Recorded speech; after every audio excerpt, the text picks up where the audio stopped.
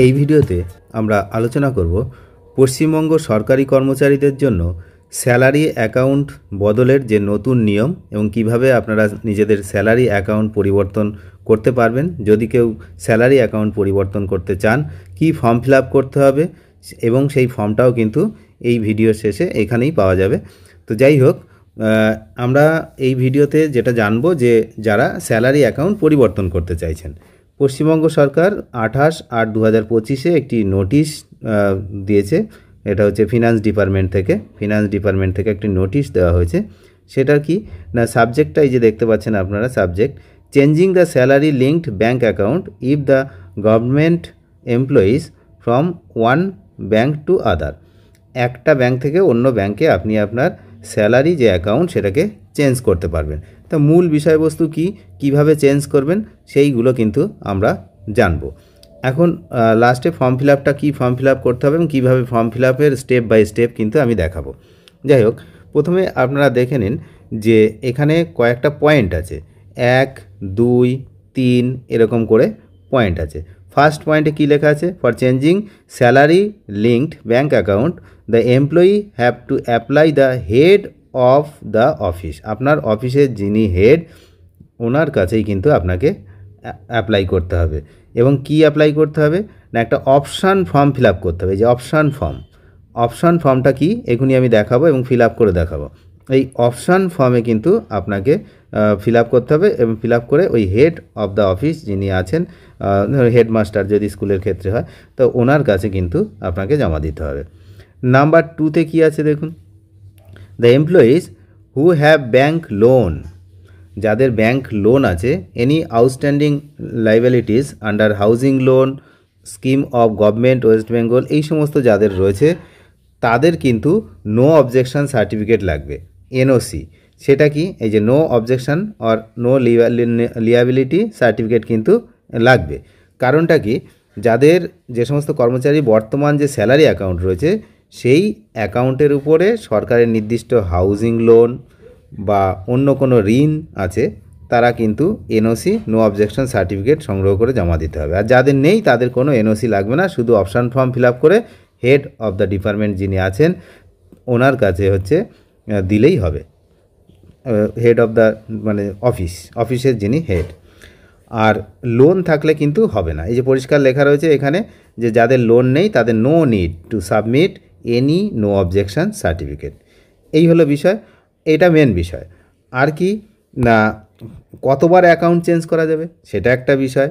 আর ব্যতিক্রম কি রয়েছে, সবাই কি অ্যাকাউন্ট চেঞ্জ করতে পারবেন? বছরে 3 বছরে একবার আপনি আপনার স্যালারি অ্যাকাউন্ট চেঞ্জ করতে পারবেন। কত না, 3 বছরে একবার, 3 বছরে একবার স্যালারি অ্যাকাউন্ট চেঞ্জ করা যাবে, এখানে কিন্তু রয়েছে লেখাটা। আর কি না, এই যে এখানে রয়েছে এভরি 3 ইয়ার, এই যে পরিষ্কার। আর কোন কেস না, except the case where the distance between the new place of posting 10 কিলোমিটারের বেশি। 10 কিলোমিটারের বেশি পোস্টিং হলে এই যে 3 বছরে একবার যে নিয়মটা সেটা কাজ হবে না, তিনি যতবার খুশি পরিবর্তন করতে পারেন, যদি ওনার যে ব্যাংক সেটা যদি 10 কিলোমিটারের বেশি হয় কর্মস্থল থেকে। তাহলে বোঝা গেল বিষয়টা। এবার মেন বিষয় সেটা হচ্ছে এই অপশান ফর্মটা পূরণ করতে হবে। অপশান ফর্ম কি না, আমরা এবার অপশান ফর্মে চলে যাব, সরাসরি অপশান ফর্মে চলে যাব।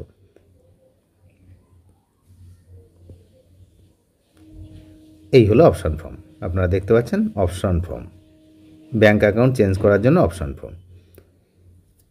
তো এই অপশান ফর্মে কি কি আছে, অ্যাট ফার্স্ট 1 নম্বরে আছে দেখুন, নেম অফ দ্য এমপ্লয়িজের নাম লিখতে হবে। প্রথমেই বলে দিই আপনারা কিন্তু ক্যাপিটাল লেটারে সব লিখবেন, ক্যাপিটাল লেটারে লেখাটাই ভালো, পরিষ্কার বোঝা যাবে, ক্যাপিটাল লেটারেই লিখবেন। আচ্ছা, ব্যাঙ্ক অ্যাকাউন্টে যে নাম আছে সেই নামটাই লিখতে হবে, একই নাম থাকে সব, যাই হোক। আর ডেজিগনেশনটা লিখতে হবে, কোন কি পোস্টে আপনি কাজ করেন, ডিপার্টমেন্টের নাম লিখতে হবে, HRMS আইডিটা লিখতে হবে, আর পার্সোনাল কন্ট্যাক্ট নাম্বার অর্থাৎ মোবাইল নাম্বার আপনাকে লিখতে হবে, অফিসের ফোন নাম্বার লিখতে হবে, আর যদি অন্য কিছু থাকে সেটা আপনি লিখতে পারেন এখানে। আর এমপ্লয়িজ জিপিএফ অ্যাকাউন্ট নাম্বার লিখতে হবে, particulars of the existing bank account, যে ব্যাঙ্ক অ্যাকাউন্ট বর্তমানে রয়েছে তার নাম, তার হচ্ছে ব্রাঞ্চ, এটা লিখতে হবে। আর অ্যাকাউন্ট নাম্বার এখানে লিখতে হবে, একদম সহজ।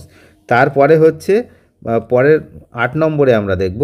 8 নম্বরে রয়েছে হচ্ছে যে ব্যাঙ্কে আপনি এখন যেতে চাইছেন সেই ব্যাঙ্কের particulars of the new bank accounts, name of the bank, name of the branch, address আর টেলিফোন নাম্বার দরকার নেই, ওটা দরকার মেন হচ্ছে আইএফসি কোড আর 9 ডিজিট MICR কোড, ওই ব্যাঙ্কের পাসবইতে থাকে। আর অ্যাকাউন্ট টাইপটা কি, সেভিংস নাকি হচ্ছে কারেন্ট নাকি সিঙ্গেল আর নাকি হচ্ছে জয়েন্ট, সেটা লিখতে হবে। এখানে কিন্তু পরিষ্কার বলা ছিল ওই নোটিশে যে জয়েন্ট লেখা যাবে, এবং এই যে বলা আছে সিঙ্গেল নেম, জয়েন্ট নেম, যে কোনো একটাই দরকার। তবে যদি জয়েন্ট অ্যাকাউন্ট হয়, ভালো করে এই বিষয়টা জেনে নেবেন, যদি জয়েন্ট অ্যাকাউন্ট হয়, সব জয়েন্ট অ্যাকাউন্ট কাজ করবে না। যিনি কর্মরত ওনার নামটা যেন ফার্স্ট হয়, মানে ওই জয়েন্ট অ্যাকাউন্টের প্রথম নামটা যেন যিনি কর্মচারী ওনার নামটাই হয়, তাহলেই হবে। দেখা গেল জয়েন্ট অ্যাকাউন্ট রয়েছে কিন্তু উনি হচ্ছে সেকেন্ড অপশানে আছে, মানে সেকেন্ড ওনার ওই অ্যাকাউন্টের, তাহলে হবে না, ফার্স্ট ওনার হতে হবে। এই হলো বিষয়। এরপরে দেখুন আর কি না, আর তেমন কিছু নেই এখানে। এবার আপনাকে কি করতে হবে না, সিগনেচার করতে হবে আর ডেট লিখতে হবে। এই ডেট আর সিগনেচার, এই যে সিগনেচার ডেট, এখানে ডেট এইগুলো অফিস ইউজ করবে, আপনাদের হচ্ছে এইটা, আর এখানে অফিসারের ব্যাপার। তো যাই হোক, হেড অফ দ্য অফিস যিনি, তিনি এখানে সাইন করবেন। আপনার কাজ এই পর্যন্ত করে জমা দেওয়া। এখানে এই বিষয়টা কিন্তু এখানে আবার লেখা রয়েছে নো অবজেকশন, এই সার্টিফিকেট কিন্তু দরকার। এখানে কিন্তু যদি নট অ্যাপ্লিকেবল থাকে তাহলে ওটাকে কেটে দিতে বলছে, মানে যাদের নেই নো অবজেকশন সার্টিফিকেট, যাদের লাগবে না, ঠিক আছে। আর যাদের লাগবে তাদের হচ্ছে দিতে হবে জমা। এই সহজ উপায়ে কিন্তু আপনি আপনার এই অপশান ফর্ম ফিল আপ করে জমা দিতে পারেন। এই ফর্ম এই ডেসক্রিপশান বক্সে একটা লিঙ্ক থাকবে, ওই টেলিগ্রাম চ্যানেল, সেখানে থাকবে এই ফর্মটা। তো এই ফর্মটা আপনারা সেখান থেকেও ডাউনলোড করতে পারেন আর অফিসিয়াল ওয়েবসাইট থেকেও ডাউনলোড করতে পারেন। অনেক ধন্যবাদ শেষ মতো দেখার জন্য। চ্যানেলে যারা নতুন তারা অবশ্যই চ্যানেলটিকে সাবস্ক্রাইব করে সঙ্গে থাকবেন। Thank you.